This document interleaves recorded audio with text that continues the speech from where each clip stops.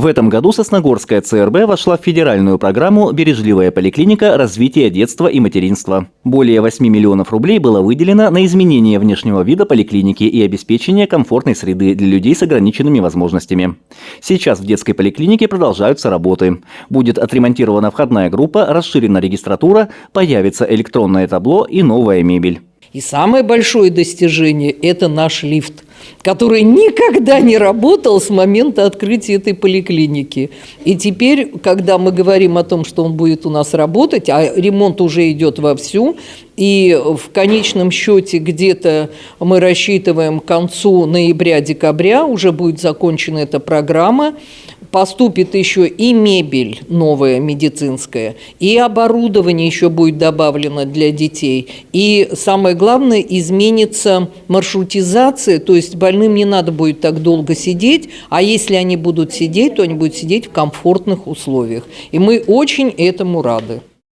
Обо всех этих нововведениях во время осмотра поликлиники главный врач рассказала депутату Государственного совета Республики Коми Дмитрию Калагривому. Он оценил динамичное развитие отрасли здравоохранения в муниципалитете. Я считаю, что уровень медицинского обеспечения в Сосногорске довольно на хорошем уровне. Мы на этом не должны останавливаться. Очень важно дальше модернизировать ситуацию. Сегодня очень большие возможности для развития медицины.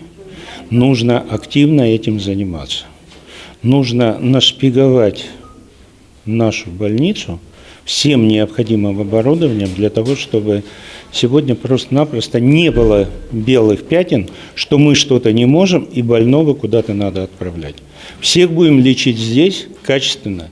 Решается вопрос и с кадровым обеспечением. В этом году благодаря целевой программе штат сотрудников ЦРБ пополнился новыми ординаторами. В этом году, вот начиная с 1 сентября, у нас уже приступили к работе новый врач-невролог, который будет работать в стационаре, но ординатор, все после ординатуры, новый врач-хирург, он уже сидит на приеме, врач-эндокринолог, которую мы так долго ждали и так готовились, и она уже приступила к работе, и новый врач-терапевт, который уже тоже работает.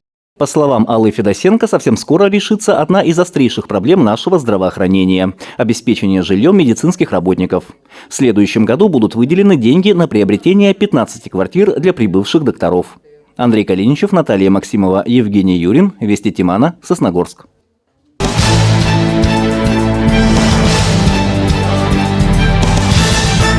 Дворовые территории Сосногорска продолжают преображаться. В этом году в рамках федеральной программы формирования комфортной городской среды будут отремонтированы 12 дворов многоквартирных домов. Где-то работы уже завершены, а где-то, как, например, на Ленина 24, они в самом разгаре. Напомним, подрядная организация «Спецавтодор» выбилась из графика работ и платит пени за каждый день просрочки.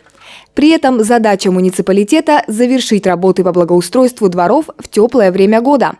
Так, во дворе Ленина 24 уже установлен бордюрный камень, проведены подготовительные работы под асфальтирование территории. Контроль за качеством работ ведут не только специалисты управления ЖКХ, но и сами жители совместно с депутатами. В таких вопросах, говорит депутат района Ирина Ушакова, мелочей нет. Ведь после окончания всех строительных мероприятий людям в этих дворах жить. Поэтому народные избранники наравне с собственниками участвовали на всех этапах программы. От момента согласования проекта до производства работ. Знаю, отказали вообще в установке столбов, освещения. Где? Здесь. Здесь? А у вас, по-моему, по вашему проекту освещение должно быть вот над подъездами освещение. И я думаю, что идут по плану. Дом 2Б по улице Лесной большой, 12-подъездный. Соответственно, и территория возле дома требует особого внимания. По проекту здесь уже заасфальтирован проезд, отсыпана парковка для автомобилей и на днях будут проведены работы по асфальтированию пешеходной зоны. Раньше после дождей у подъездов скапливалась вода, и жителям приходилось с трудом пробираться до дверей.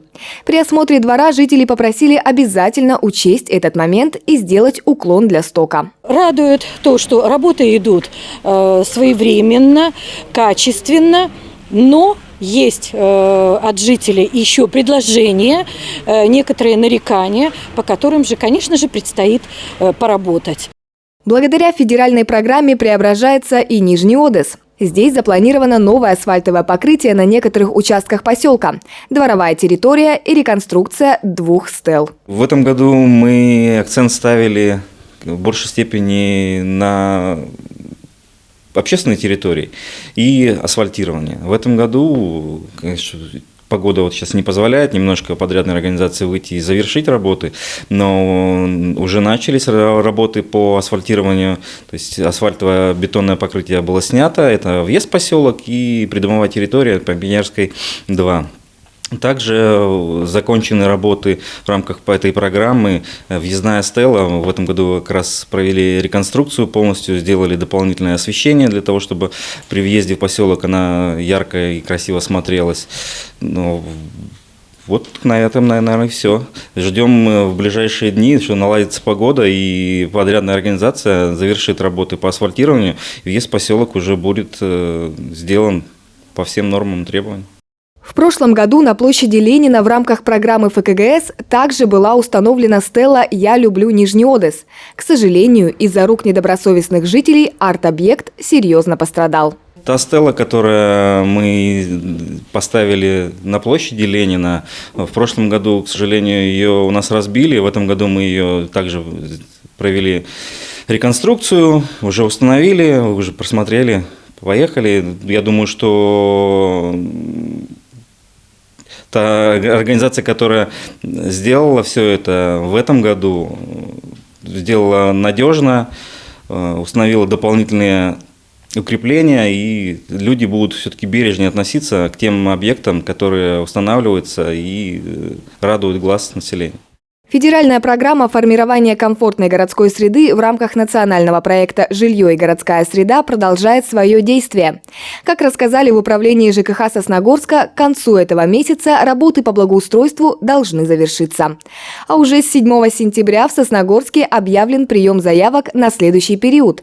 Заявка с прилагаемыми к ней документами может быть подана заявителями лично по адресу: город Сосногорск, улица Куратова, 2, 2 этаж, до 11 сентября. Специалисты управления ЖКХ сообщают, что решение о включении двора в программу будет принимать общественная рабочая группа. А очередность включения зависит от даты поступления полного пакета документов на участие в программу. Напомним, федеральная программа формирования комфортной городской среды реализуется в Сосногорском районе с 2018 года. За эти годы благоустроены 22 дворовые территории. По всем интересующим вопросам вы можете обратиться по телефону 52065. Влада Гришаева, Евгений Юрин, Вести Тимана, Сосногорск.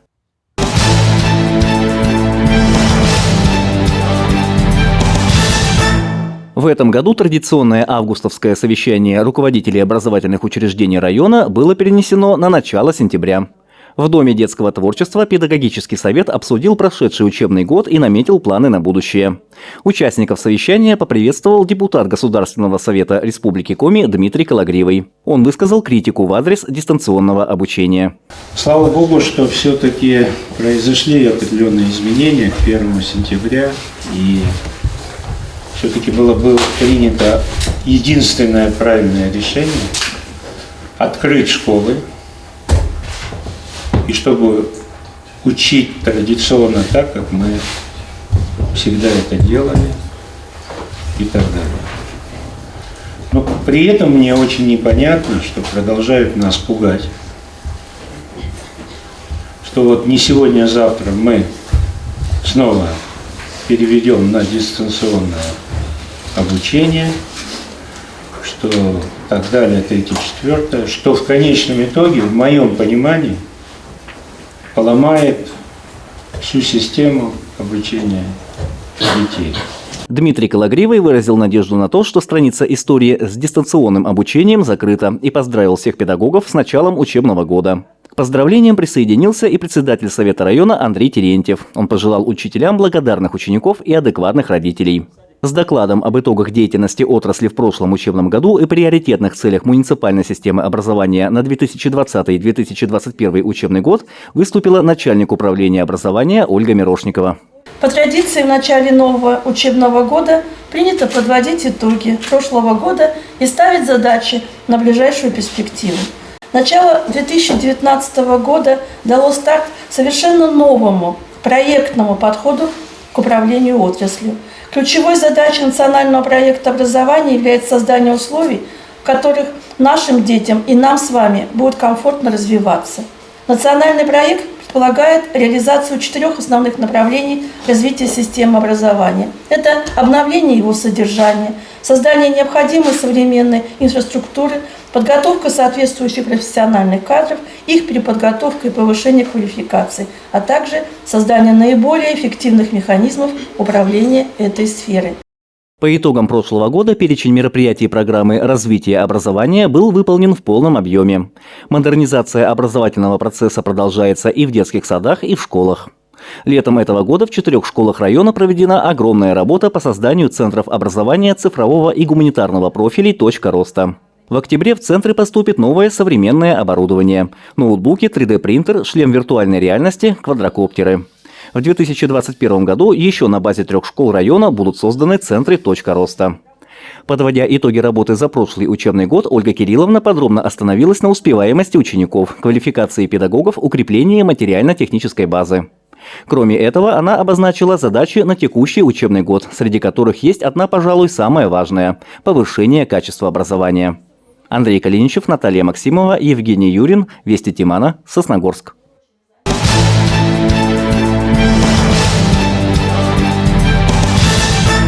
Подготовка к выборам, которые состоятся уже в это воскресенье, выходит на финишную прямую. Ровно за неделю до события, которое определит дальнейшее развитие Республики Коми и Сосногорского района, в администрации муниципалитета состоялся семинар для председателей участковых избирательных комиссий. Приветствуя специалистов, глава Сосногорского района Сергей Дегтяренко отметил, что в этом году они уже доказали свой профессионализм при проведении всенародного голосования по внесению поправок в Конституцию. Также он вручил благодарственные письма главы Республики Коми 4 председателям участковых избирательных комиссий за успешную работу по подготовке и проведению голосования. Ровно через неделю, 13 сентября, как вы знаете, пройдут многоуровневые выборы. На этих выборах жители нашего Сосногорского района определят дальнейший путь развития Республики Коми, Сосногорского района и города Сосногорска. Наша же с вами общая цель – это обеспечить легитимность прежде всего и порядок проведения этих выборов. Основная нагрузка, конечно же, ложится на вас, именно от вашего профессионализма зависит то, насколько, скажем так, гладко, насколько хорошо и спокойно пройдут предстоящие выборы. Именно на вас, на ваши плечи ложится работа непосредственно с избирателями. Я уверен, что вы с этой задачей все справитесь, максимально справитесь и обеспечите условия, я сказал вот так, прозрачность, да, и легитимность этих выборов. Напомним, выборы в Республике Коми состоятся 13 сентября. Кроме этого, избиратели смогут проголосовать 11 и 12 сентября с 8 утра до 8 вечера. Жителям республики предстоит выбрать главу региона и депутатов Государственного совета. Сосногорцы также будут выбирать депутата Госсовета по 10-му Ираюльскому избирательному округу и депутатов Советов Сосногорского района и городского поселения Сосногорск. Андрей Калиничев, Евгений Юрин, Вести Тимана, Сосногорск.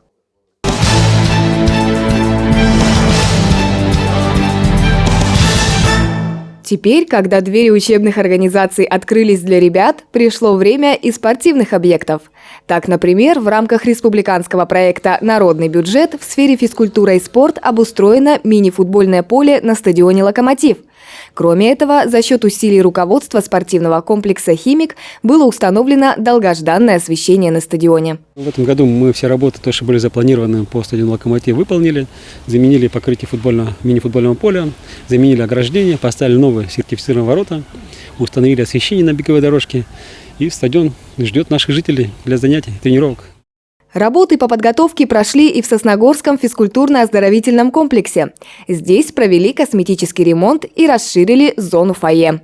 В свою очередь, плавательный бассейн «Аюва» тоже готовится открыть двери навстречу новому сезону. 30 сентября, надеюсь, наш бассейн откроет свои двери для посетителей. Мы провели полностью наладку химводоподготовки, отопления, подогрева воды. То есть вода сейчас у нас 27 градусов, температура воздуха 30 градусов, идеальные условия. Мы ждем своих посетителей. Провели линию интернета и видеонаблюдение улучшило качество. Спортивный комплекс «Олимп» поселка Вайвож тоже претерпел изменения в лучшую сторону. В этом году проведена большая работа по ремонту не только бассейна, но и в спорткомплексе. Непосредственно в бассейне была замена пленки ПВХ.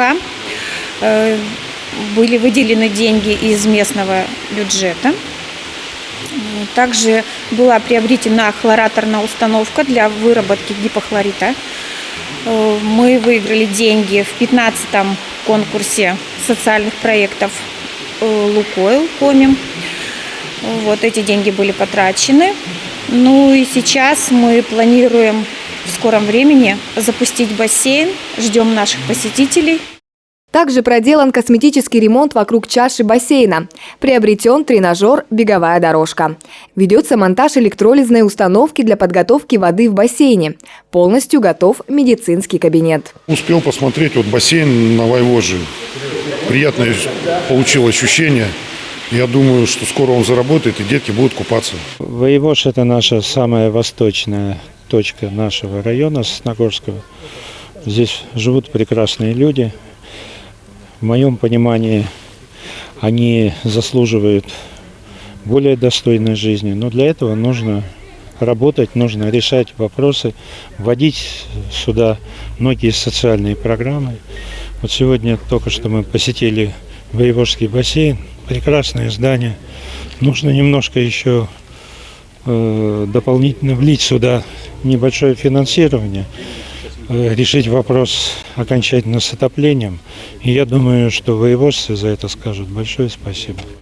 В этом году выделено более 2 миллионов рублей на обеспечение безопасных условий для занятия спортом. На данные средства проведены работы в спортивных объектах не только города, но и района. Отремонтирована пожарная сигнализация, установлена система экстренного оповещения и оборудовано видеонаблюдение по периметру. Влада Гришаева, Евгений Юрин, Вести Тимана, Сосногорск.